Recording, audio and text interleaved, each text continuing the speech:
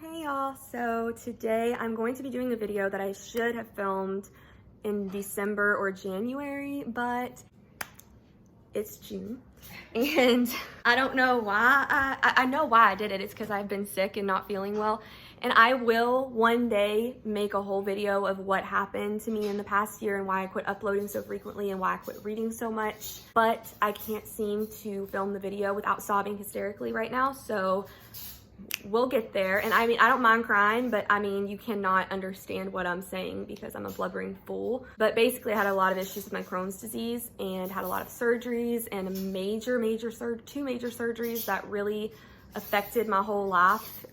And Logan, that's loud. If you hear cleaning in the background, it's my brother. So just... Sorry, everyone. It's okay. Also, speaking of my brother, go subscribe to his channel. It's called The Incredible Gamer, and I'll link it down below.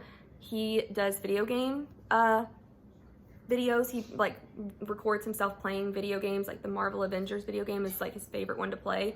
He uploads a lot of those. So I also upload old games and yeah, like SpongeBob games and old games. Like I post original Xbox games and Xbox 360 games, like really old games. Yeah, so he does video games, I do books. So go and makeup occasionally and some commentary about today's world, but I'm kind of all over the place. Primarily I'm a booktube channel, but Logan does video games and he's really good and he's really funny, and I'm gonna try to get him to start using his microphone to talk while he's playing because he's really funny, but he's so afraid he's gonna say something that's like wrong. I'm also going to repeat myself. Yeah, he's autistic and he repeats himself sometimes, but you know what? If people have a problem with it, bye. Thank you. So, and I'm gonna edit his videos for him and everything, but yeah, I'll link his channel down below, and also subscribe to my channel if you want to. I know books aren't as fun as video games, but I do love books a lot, and like I said, I do talk about makeup sometimes, and I'll do school vlogs, and I talk about Crohn's disease on my channel as often as I can if I feel like talking about it, and commentary videos just on the world or like the drama on YouTube occasionally. So yeah, I'm not a drama channel. I do not spread gossip. I just speak my viewpoints on situations and like try to make it like important, and there's a big moral picture behind it. We're gonna get started. So I couldn't decide if I was going to split this video in half and do top 5 best books of 2020 and then top 5 worst books of 2020. I think I'm going to split them in half. So this one's going to be the top 5 best, and if you want to see the top 5 worst, I'll link it down below and you can go watch that, and that'll be part 2. Let us start with the best. I know everybody loves the worst. That's what everybody loves, and we'll get to those, but we're gonna do the best first. So these are not in any particular order. I guess they kind of are. I'm gonna put them in a particular order, I think. So the first book I'm gonna talk about is The Savage Song by Victoria Schwab. This book I have wanted to read for a long time. Ever since I discovered BookTube, I've really wanted to read it. And it's basically about 2 different divisions in this like city country. It's a city. A city is divided. So there's monsters on one side of the city, and then on the other side there's humans, and it's like who's the real monster type of situation, because the humans are like, I think we've all seen, especially in the past 4 years, that humans are disgraceful, monstrous, horrible beings at times. Like there really are some terrible people and that act like animals, and then the people that you assume are monsters aren't the monsters at all, like Frankenstein's monster, or as Logan likes to talk about, the Hulk. This was really good and I really enjoyed it, but I love Victoria Schwab. I think that her writing is always amazing. I've never read a bad book by her. I've read like not the best books by her, like the City of Ghosts series is middle grade, and I like reading those books, but they are not my favorite by her. This was really good. I think I gave it a 4.5 out of 5 star or a 4. The ending absolutely killed me, and I'm so excited to read the next book in the series.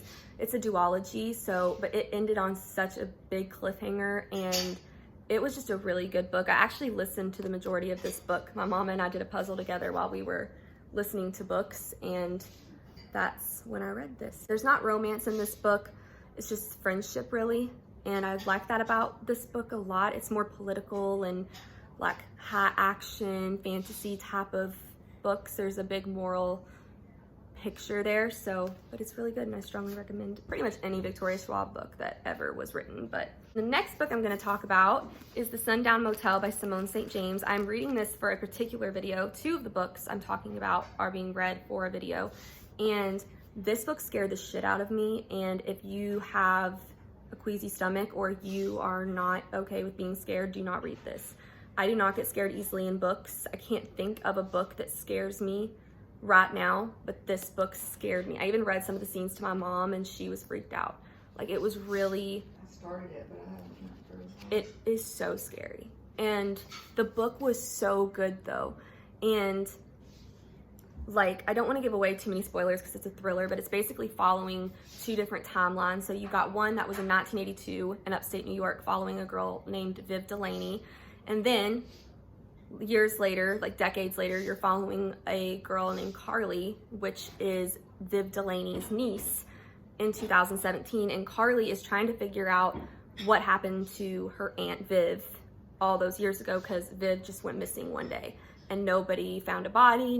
Her car was just found in the Sundown Motel. All of her wallet, everything was in it, and there was a bunch of murders going around. Like, a lot of young women were getting murdered, so they just assumed she died. But it talks a lot about how women, like, when we have kidnappings and sex trafficking stuff and rapes and all of that, we don't get taken seriously. Nobody cares. It's just like, oh, well, there's other women out there. There's other pussy. Like, that's basically what the mentality is with that. And it's really disgusting, and it really dives deep into that. And I will warn you, because, this might be spoilery to some people, but I like it when people tell me this. There is paranormal aspects to this, but to me that makes it even better. It is realistic, but aspects of it are not at all realistic, because it's just really good. You'll have to read it. It's really, really good.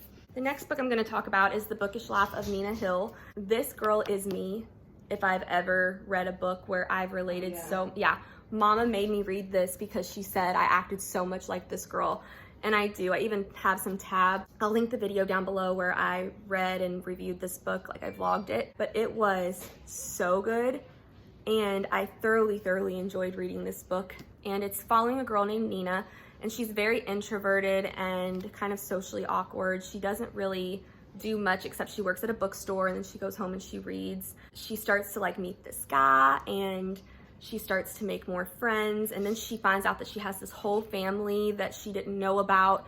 And like, she goes from being alone pretty much to being exposed to all these new people in her life, and she's like scared because it's like, I'm not used to having this many people. What if they hurt me? What if something bad happens to them, which is my constant thoughts all the time, so I don't get close to people. But it's just a really good book, and I do really recommend that you read this. It was really good. The next book is Dark Matter by Blake Crouch. This is a mind fuck, so be aware. It will make you want to shoot yourself in the face multiple times, but it's a great book, and it really, like, I can't see, like, a lot of my favorite books are thrillers, and I can't tell you a lot about them because it's spoilery. This, I'm just gonna read the back of this one because it's a lot. So it says, "Are you happy with your life?